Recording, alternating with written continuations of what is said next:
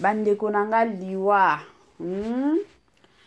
Liwa bandeko nanga mosusu na mitunaka. Pourquoi liwa? Pas seulement moi. Ebele ya batu ba mitunaka. Pourquoi liwa? Pourquoi liwa ekotaka na ba vie ya batu? Pourquoi liwa penza bandeko nanga eosala pasi? Eosala pasi bandeko nanga yi. Mutu mosusu akoya kobetela yo lisolo ke non. Zala makasi, mokili tambula ka bongo, mokili kendaka nango ka bongo. Surtout mutu oyo nanu aleka na ba situation ya kobungisa mutu. Surtout na mutu oyo nanu akunda mutu. Surtout mutu nanu oyo akufela mutu te la famille. En tout cas, akoya koyebisa yo ka keno zala makasi. Mais, ezalaka facile te la famille. Ezalaka penza facile te. Mama nyonso soki aboti mwana, azalaka toujours na posa. Amonaka ndenge mwana na ye azokola. Aokola. Ka ndenge ezalaka soki mwana za ya mwasi, abali. Soki mwana, babali ye plutôt. Soki mwana za ya mobali, mwana pe abali. Esalaka lokumu epa ya nanzambe. Epesaka pe mwa fierité. Surtout na ba parents o babota.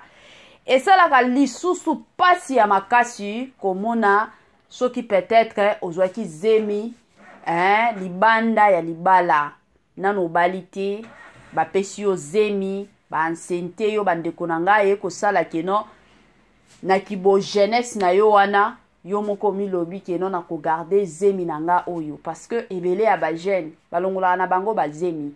Mais tu te dis, tu te donnes la peine ya koloba keno na ko garder penza zemi na ngai. O garder zemi nzamba sungi bien que na quartier bakochola batu bakoloba oye oboti. Obota mwana bandeko nanga liwa pe eye kokota. Esalaka pasi ya makasi. Salut chers bouchous, salut chers abonnés, salut chers connaissances. Salut surtout les amis de Étoile Lune Inès TV. J'espère que vous allez bien. Quant à moi, je suis bien, super bien par la grâce de Dieu. Chers bouchous, chers abonnés et chers connaissances, Yalelo Penza na memeli bino Cardozo mille esprits, Cardozo mal à l'aise. Cardozo mal à la tête, Cardozo mutu pasi bandeko nangai. Nini ezoleka na vie ya Cardozo mille esprits, makambo nini esali que non, Étoile Inès TV lelo aya kobeta ma solo. Bandeko nanga, avant na kota kuna ekozala bien nanu na ya ko sensibiliser batutu. Ba o nyonso baolanda biso baonyonso bakoti sika na chaîne na biso. En tout cas na ye ko sensibiliser bino si c'est la toute première fois ya kokota penza na chaîne na biso. Chaîne moko kitoko, chaîne ya ba analyse pas possible, chaîne moko ya ba information somme. Je vous prierai surtout de vous abonner massivement. Abonnez-vous. Cliquez aussi sur la cloche de notification pour surtout recevoir les nouveautés de notre chaîne. Aimez la vidéo, la famille, commentez et partagez. Et que ça la biso, oyo penza tolobaka na biso chaque jour, chaque minute et pourquoi pas chaque seconde. Tokos makasi. Bandeko nanga kande na lobaka ezalaka toujours bien ceux que ozolandaka oyo ya bino ya chaque jour na kombo surtout ya Étoile Inès TV bozala penza ya kovanda bisika nyonso bozolandaka biso bozwa bakiti na bino bovanda tango bovanda kawana bozwa mwa mai na bino pembeni mwa jus na bino pembeni mwa sucre na bino pembeni kote mosusu kandenge kendaka kote mosusu kandenge tosalaka talela pe heure soki omoni ke non eza nango tongo na pete nyonso na osenga na bino kota olia petit déjeuner soki omoni ke non eza midi kota olia repas. Mama 2024 Gavker to Yelibino solution. Pour n'a pas problème ya trompe, fibrome, myome, kyste, règle abondante. Gavker to Zalina solution. Yo oyo kota ménopause. Atana 65 ans na Gavker. Oko simba mwana. Ebongo oyo et Italie, fertilité masculine, ma papa, bossani binoté, faiblesse sexuelle, éjaculation précoce, insuffisance des spermes, topé, agrandissement de pénis, Osaya mwasi et Kimayo, Kimobali et Telemaka bienté, Awa, Yoka yango et Telemi, Ebongo Oyo et Tali Loposo, vergeture, Babengi Nduta, bouton, tache, acné, Gavker, ma produit ya solo, teint uniforme, na 5 jours ya Pamba, Oteli, Talendenge Bimi qui toko na feti, Tozalina, gamme complet, ya Coca-Cola, ya injection, ya comprimé, na ya suppositoire.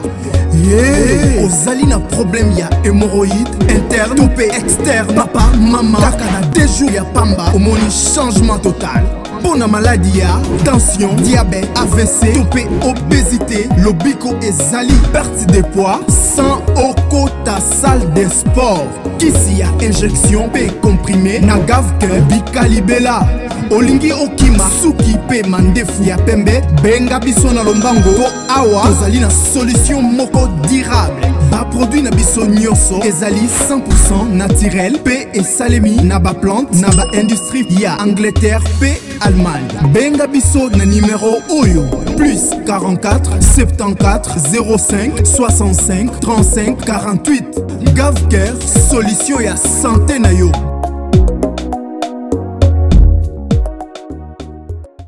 Gavker la famille eye na ba solution ya makasi. Gavker aye pona kosunga communauté na biso ya ba congolais. Yo belaka mu Congo, yo belaka mutu pasi. Mosusu na butu ozokoka na yo kolala kate. Okomika kolala nzela. Bande konanga, c'est le moment. Lelo oyo Gavker aye. Aye bande konanga na ba solution ya kafu pe ba solution ya kili. Ba témoignage eza ya somo, batu bazo bika. Gavker, bika na yo libela na système moko kaka ya tokos makasi. Voilà la famille, toye lelo na Cardozo 1000 esprits. Qui est Cardozo 1000 esprits? Cardozo aza moko ya ba comédienne na biso. Cardozo aza mwasi moko, comédienne moko oya sepelisaka ebele ya batu. Ajwaka kitoko. Et puis Cardozo aza mwasi o nakoki ko benga mwasi moko azalaka très social. Très social bande konanga na niveau moko pas possible. Lelo oyo toye komona na théâtre na biso mbutu ya makasi ekoti. Mbutu oya lobby, oya za kote kuna, oya kendaki kuna, oya sala. Mais Cardozo na biso azalaka toujours et encore au milieu du village. Azalaka na problème na mutute. Ye po na ye théâtre ezalaka nango musala. Azalaka na tante keno asala ki camaraderie na oyo asalaka oboyo pour que baba ndobenga ye te. Ye asalaka musala na ye et puis c'est fini. Lelo oyo na memeli bino Cardozo bande konanga toza na sango moko ya mawa. Sango moko e osala pasi na motema. Yango sango wana en tout cas Étoile Nines TV a memeli bino lelo.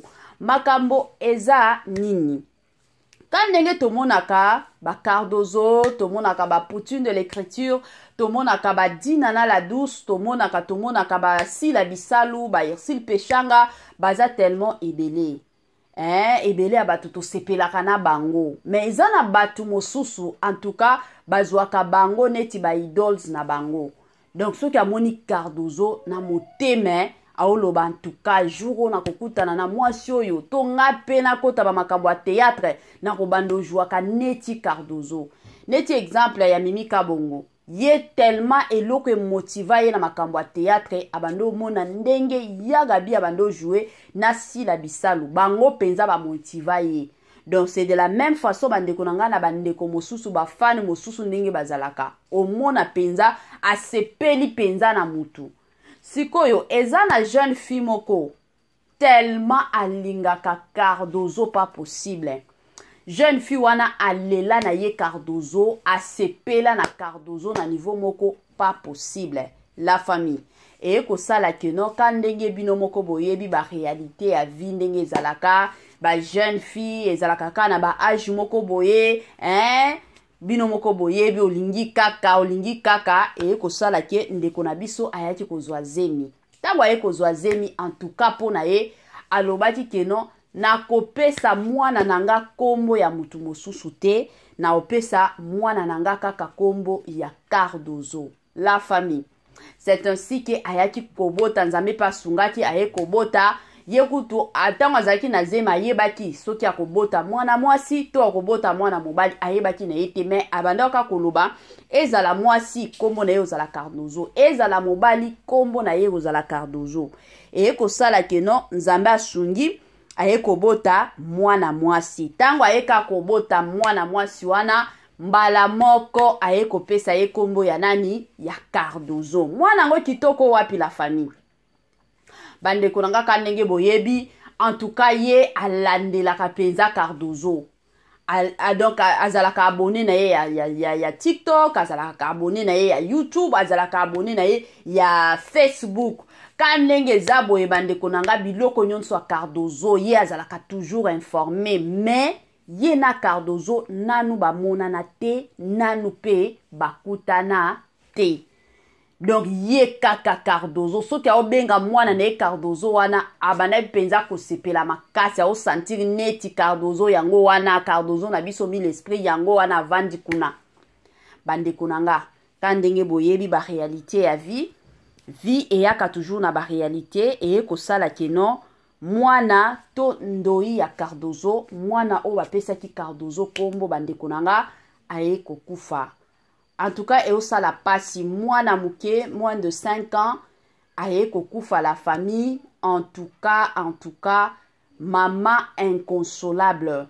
Tango mwana na ya kokufa, pona mama, binomoko boyebi, naki jeunesse na yo nyonso, oboti, et surtout, oye kopesa, star na yo kombo. En tout cas chaque fois que omona mwana na yo omona ka star na yo bien que beaucoup tana na binote apesa ki na ye kombo te ke no ndenge to mona ka batu mosusu na pesa ye kombo pour que ngape na mata te ye apesa ki na ye ka kombo parce que alela na ye Cardozo e ko sala ke no mwana kufi bande konanga e sala ki pasi siko batu nyonso na quartier bakomi kolela ka bébé Cardozo akufi bébé Cardozo akufi nde yaki kosala keno bandeko na biso mosusu ba congolais ba mona ki tellement situation ekomaki grave na côté ya mama oyo mwana na ya kufaki balobi te situation oyo tokoki kovanda nango kimia te situation oyo il faut to luka kaka Cardozo to consulter Cardozo ye moko Cardozo star na biso comédien na biso aye bake ndoi na ye akufi ata soki aye bakate ki azalaka na ndoi mais na niveau o il faut ka to informer ye. C'est ainsi que ba te belé batike la Cardozo message. En tout cas kande na lobaka Cardozo aza mwasi moko azalaka trop simple. Bien que tout le monde a kamatata na barole o ya jouaka mais de nature Cardozo aza mwasi moko social, mama social de plusieurs.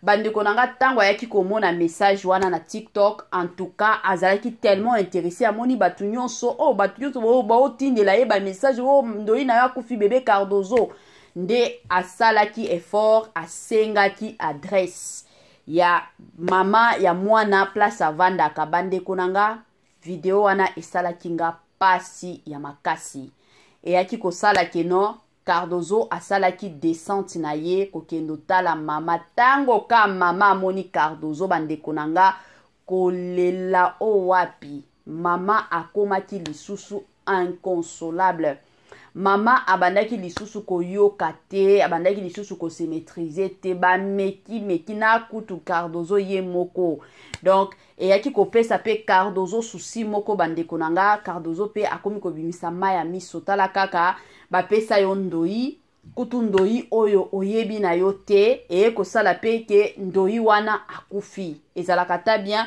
bapesi yo ndoi quand même oke otali ndoi na yo bosololi kandenge ezalaka mwa robo sombeli ye oyebi ke naza na ndoi mais oyebaka na yo te ka tango ndoi akufi nde baye koyebisa yo. En tout cas esalaki penza Cardozo pasi makasi penza na motema la famille.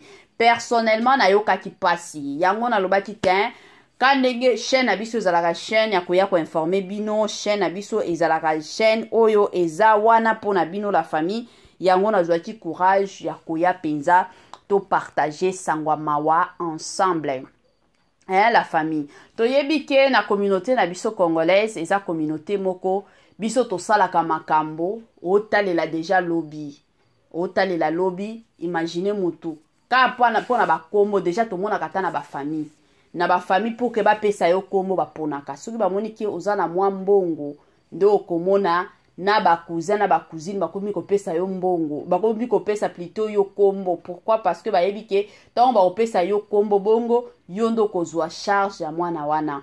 Mais ndeko na biso ya mwasi apesa Cardozo kombo alingaki ye, mais apesa ki ye kombo te ke non azala na ba ide moko boye ke non Cardozo akoya kolukanga Cardozo akosalela mwana nanga boye te. Apesa ki Cardozo kombo kaka pona kolakisa ke non Cardozo aza star ona na sepelaka na ye na lingaka ye. Yango na lobaka toujours la famille dans la vie eza na batu mosusu bakoya ko finga ko sabola. Mais de l'autre côté eza na batu mosusu oyo ba sambelaka pe pona yo ezalaka bongo. Yango na lobaka toujours yango ezalaka toujours malamu. Zala humble dans la vie, zala humble.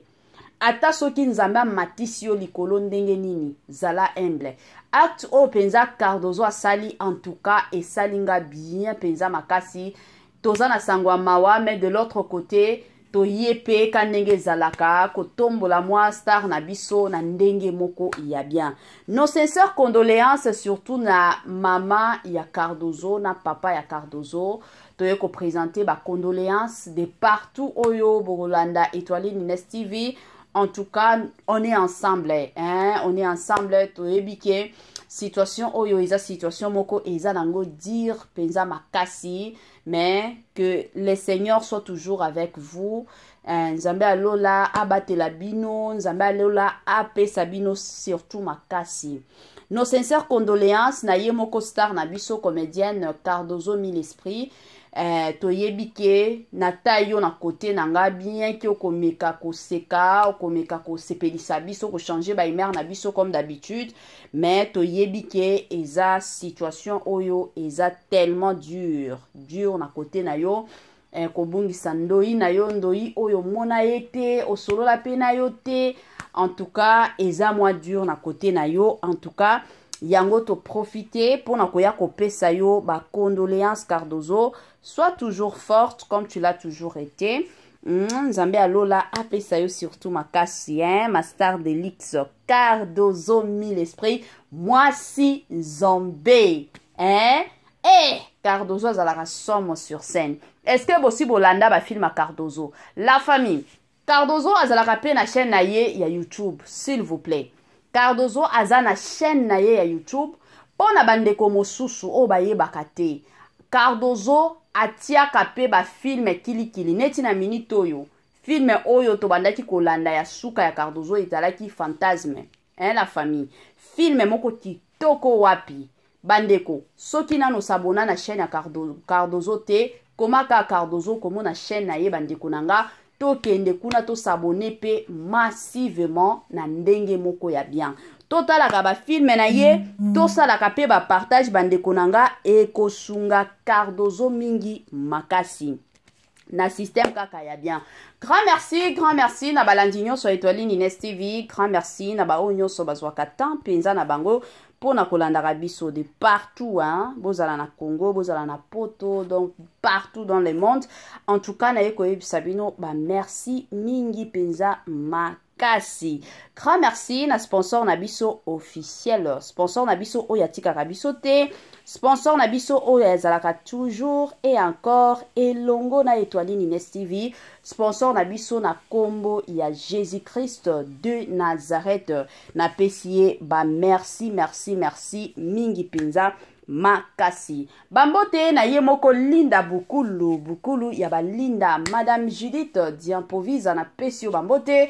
Madame Marie-Josée Tchala de partout oyo zolanda Étoile Nines TV na pesio bambote. Bambote nanga na ye moko Madame Céline Kabakaba na pesio bambote bisika nyonso zolanda ka Étoile na pesi bambote na ba mama nanga chérie, Mama Joséphine, Mama Titi, Mama Tina Sambia, Mama Germaine depuis États-Unis, na pesi bino bambote ka ndenge ezalaka. Pourquoi pas Mama Eugénie Zamanga, de partout au bolandaka nga na pesi bino bambote nanga ka ndenge ezalaka. Na yemoko Madame Vicky Mombonzo, tonton héritier yola na pesi bino bambote.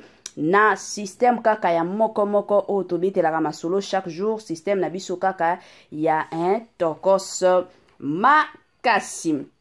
Bandeko nanga kande na bando loba ndoi ya Cardozo akufi. Kutu ye Cardozo ayebaki na ye ata kutu teke no aza na ndoi. Bapesaki ye ka kombo. Bapesi ye kombo mukolo mwana ayebisa pe Cardozo te. Rendez-vous à ne pas manquer le 19 mai 2024 au stade de Martyr avec le pasteur Moïse Mbiye. Bienvenue, welcome, karibu kwa wote. L'invitation est cordiale à tout le monde, la famille dans mutu nyonso openza azalaka na posa okota na mozindo ya prière. Rendez-vous le 19 la famille na stade de Martyr avec le pasteur Moïse Mbiye. Jour wana bandeko nanga, adoration sur adoration, louange sur louange. Jour wana batu oyo babelaka, batu oyo bakota ba jeune na ba jeune ba priya ba solution exactement. Jour le 19 la famille et Kozalande Somo, stade de Martyr. Est-ce que vous êtes prêts? Est-ce que vous êtes prêtes? Wana toromona na kaka le 19 mai na stade de Martyr avec le pasteur, le plus grand pasteur surtout de la République démocratique du Congo na stade de Martyr.